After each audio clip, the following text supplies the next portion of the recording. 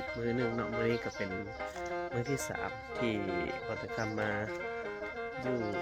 หนองเรือเนาะพี่น้องก็มาเลยเห็นทุกเรือนเลยพี่น้องที่ว่าเพิ่นปลูกฝังในพื้นที่เรือนเพิ่นรอบๆโดยเฉพาะอันนี้เรือนพี่อิ๋วเนาะเพิ่นก็ปลูกผักแปลงผักเพิ่นเต็มเลยแต่ว่าอยู่ข้างเรือนเพิ่นนี่ก็จะมีอีกเลยพี่น้องนี่ก็ที่เป็นมักซิดาที่เพิ่นปลูกเพิ่นขายตลอดเลยก็สร้างมูลค่าสร้างเม็ดเงินให้เพิ่นข้างๆก็ยังมีพี่น้องนี่เลี้ยงตกกบเพิ่นก็สิเลี้ยงตกกบนำจะมาเตียงเลาะเบิ่งพ่อพันธุ์แม่พันธุ์ตัวกบอันนี้น่าจะเป็นพ่อพันธุ์แม่พันธุ์กบ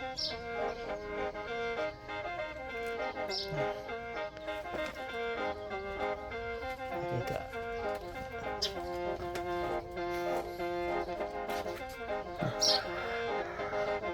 พ่อพันธุ์แม่พันธุ์ครับ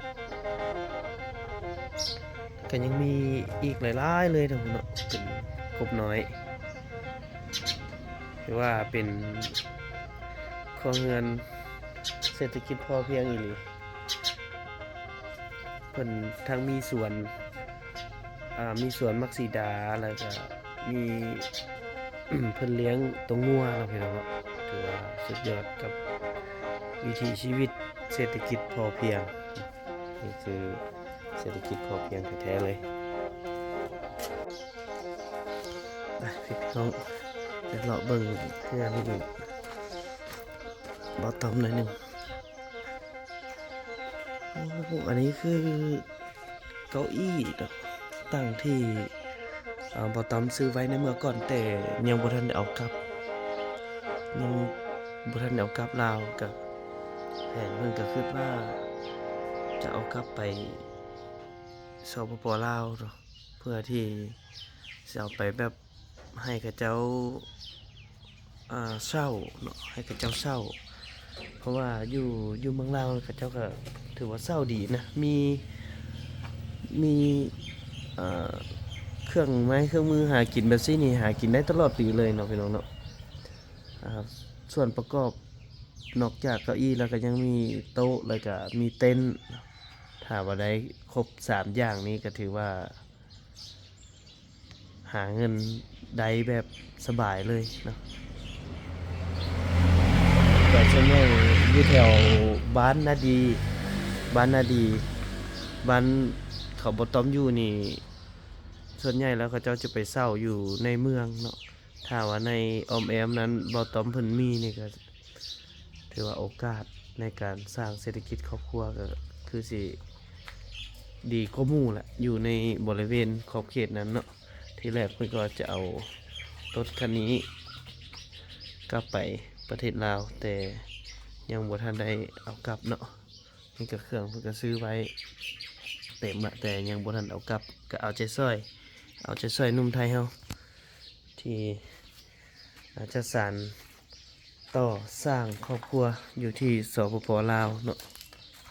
หรือว่าอยู่ที่บ้านนาดีก็ถือว่านับตั้งแต่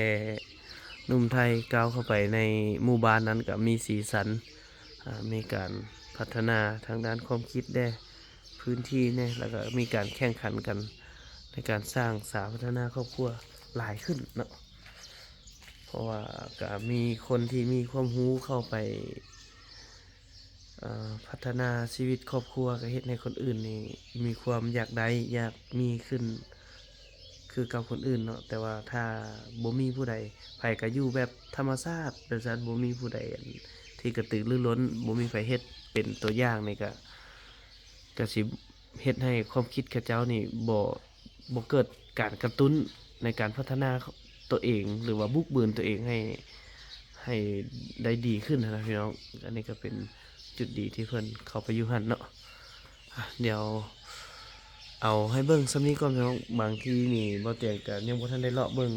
หมู่บ้านชุมพลบุรีเลยต้องขออภัยเนาะหมู่บ้านหนองเรือเนาะบ่เตียงยังบ่ทันได้เลาะเบิ่งเลยเดี๋ยวเป็นจังไดก็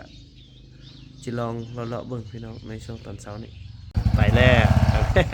ตื่นมาแล้วก็ไปให้ไปสวดจังซี่เด้อพี่น้องเอ้ย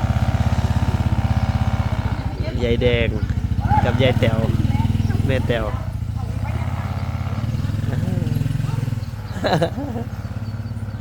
โอ้บ่เตียงนะรอท่าเบิ่งคิดว่ามีหลวงพ่อเพิ่นสิปกตินี่มาบิณฑบาตพี่สมานโอ้ยมางานแต่เช้าเลยพี่สมานก็ได้เพิ่นมาหาเมื่อวานนี่ก็บ่ได้ลมกับเพิ่นเลยพี่สมานก็ขอโทษหลายๆเด้อพี่สมานเด้อเพิ่นก็ทำงานอยู่นี่แหละพี่น้องเอ้ย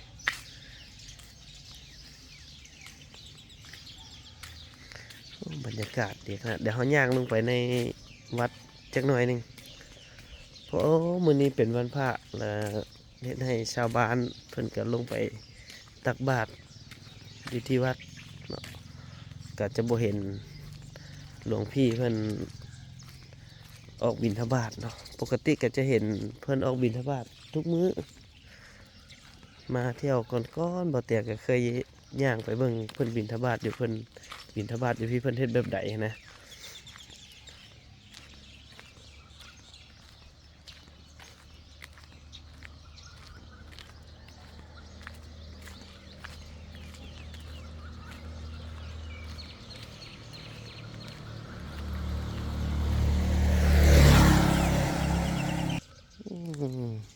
มาเที่ยวนี้แปลนคักแปลนงามเลย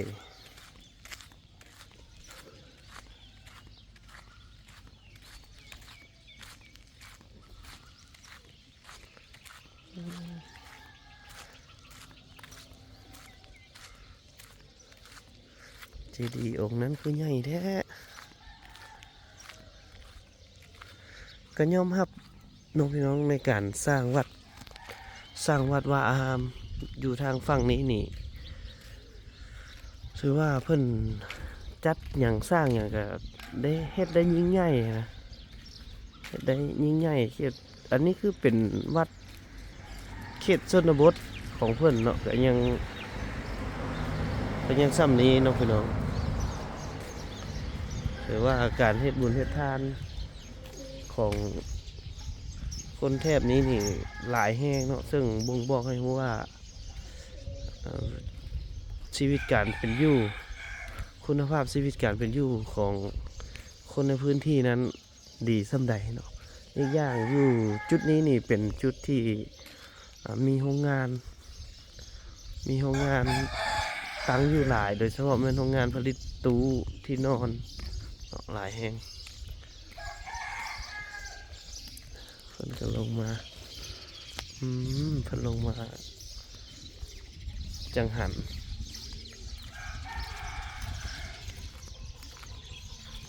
เพิ่นก็เลยลงมาจังหันแล้วลงมาตักบาตรเนาะตักบาตรอยู่วัดเลยสมพอจังเพิ่นจังบ่ได้ไปบิณฑบาตพี่น้อง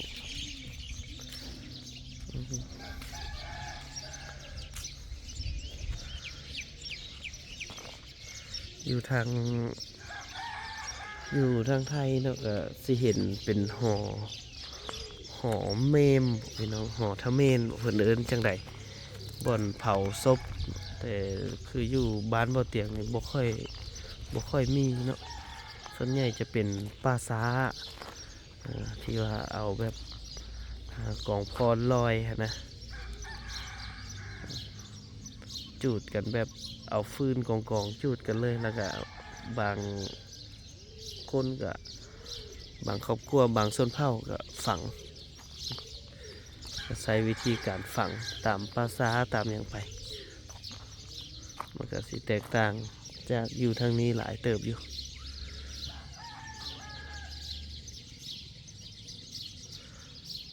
คืออยู่แถวอีสานนี่ตามที่บ่เตียงคำมาโดยเฉพาะแม่นอยู่สุรินทร์นี่ยอมรับเลยว่าเพิ่นมีงานตลอดมีงานอยู่เรื่อยๆเนาะแล้วก็มีการจัดงานได้ยิ่งใหญ่อีหลีเนาะอีกอย่างก็เห็นเพิ่นมักญาติกันเป็นเจ้าภาพมานะพี่น้องคือจ้างหมอลำจ้างหยังเนาะบางท่านก็จ้างหมอลำ300,000 บาท400,000 บาทแบบนี้นะเดี๋ยวเขาอยากไปเบิ่งทางนั้นได้หนึ่งก่อนเพิ่นลงมาจังหันวะเดี๋ยวอยากไปเบิ่งจักหน่อยวัดเพิ่น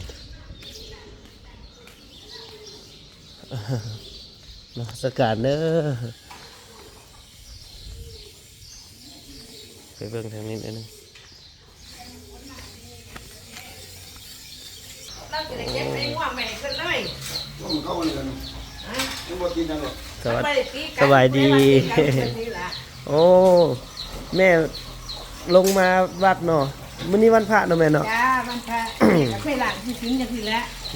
มันถึงมันถึงหน่อยถึงไงก็ล้างให้เขาได้ก็ไปขอทำบุญกับพระอุปถัมภ์เพิ่นไป เด้อ ที่ว่าล้างถ้วยล้างจานเองเป็นที่ว่าแต่ขอบครัวอยู่ที่นี่กับทุกคนสบายเองขอบครัวก็ดีแล้ว เลย ขอคันรักษาล้างวัดที่นั่นไปให้เพิ่นนะอนุญาตต้นเจ้าของนะ เจ้าคือทุกวันนี่เพิ่นสิอันน่ะลงมาจังหันบ่หรือว่าจังใดลงมาแบบเอาของกินเอาข้าวลงมาถวายพระบ่หรือว่า มันสิน ทุกวันศีลเนาะแต่ว่าถ้าวันธรรมดาเพิ่นก็ไปบิณฑบาตเอา จ้า อ๋อ มันไปยิงกระบาดแต่บรรทัดอย่างนี้เพิ่นก็ไปมาวัดเพราะว่าชาวบ้านเขามาทำบุญอยู่ที่วัด ก็สิต่างกันเรื่องนึงสิเนาะคืออยู่บ้านลูกเนาะอยู่บ้านลูกแล้วแม่นทุกมื้อนี่จะแบ่งเปลี่ยนเปลี่ยนกัน อะไร เปลี่ยนกันลงมาเอาของกินมาถวายพระทุกมื้อเลย มันบ้านพระเจ้าน่ะ แม่น อยู่ไสหรือไหน อยู่คำม่วนอยู่เมืองนากาย ฮะ อยู่เมืองนากายคำม่วนอยู่ลาว ลาว อยู่ลาว นี่มาธุระอะไร มาเที่ยวมาเบิ่งวิถีชีวิตมาเบิ่งวัฒนธรรมทางนี้นี่แต่ว่าพระอยู่ทางนี้นี่เพิ่นจะไปบิณฑบาตมาฉันเอง จ้า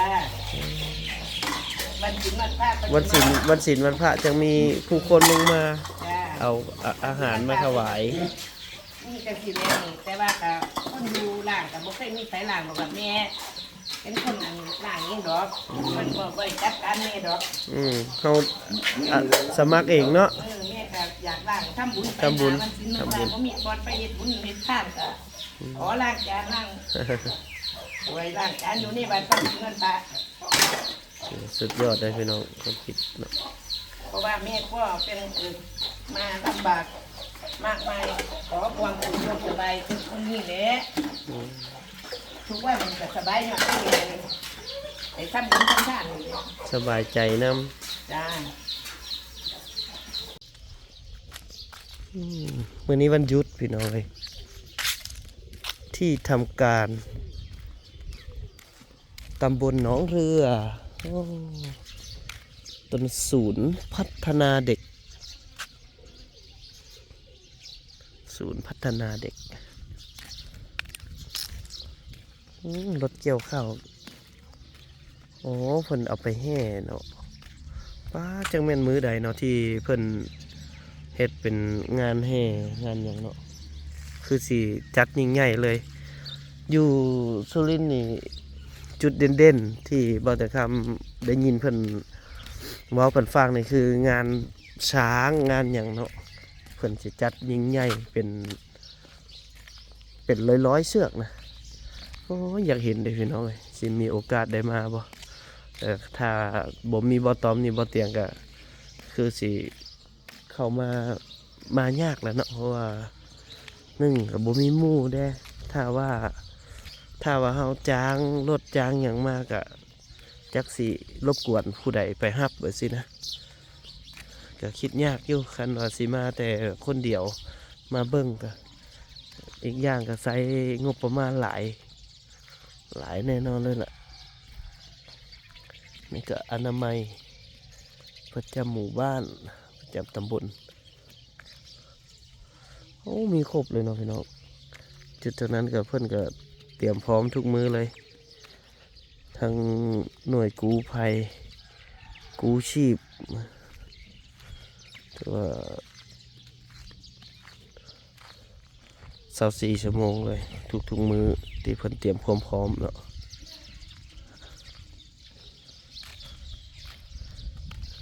พาพี่น้องเลาะเบิ้งเล็กๆน้อยๆพี่น้องเลยก็ย่างเข้าไปเล่นในวัดไปศึกษาวัฒนธรรมการใช้ชีวิตของพี่น้องทางหนองเรือเนาะเบิกโอ้ยายเพิ่นมาแต่สิได้มาแต่สวนบ่ไปสวนมา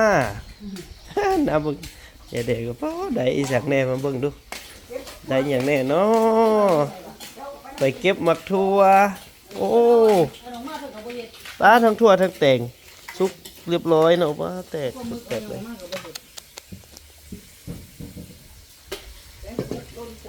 ปลาตัวแก่ๆนี่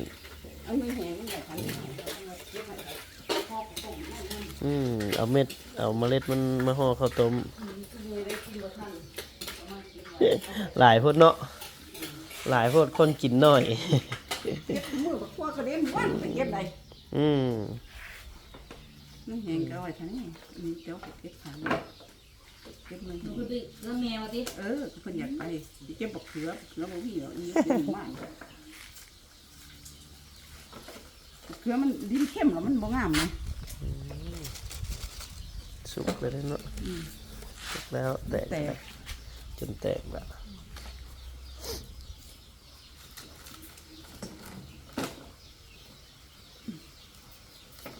ก็แตกก็แตกเน่านั่นเก็บมาไว้ไกลให้ย่างไกลนู่นให้ไกลนี่แตกอันนี้ออกไกลนี่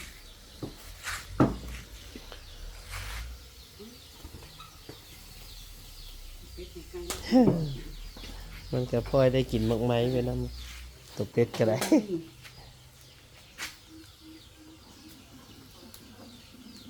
ในแหงมันออกปาก ทักอีกอย่างก็มีในสวนยายอีกอย่างก็มีครบเบิร์ดนะทั้งแต่งทั้งทั่วโอ้ยซ้ำสิกิน พอได้กินว่าทำซื้อเขาทางบ่ได้ขายปีเพราะว่ามันแห้งมันดินเกลียมันดินเข้มมัน น้ำแห้งบ่แม่เป็น น้ำบ่แห้งแต่ว่าดินน้ำมันขึ้นเกลียแม่เจ้าไปเบิ่งบักแตงที่เจ้าบ่เห็นหน่วยแตกสิ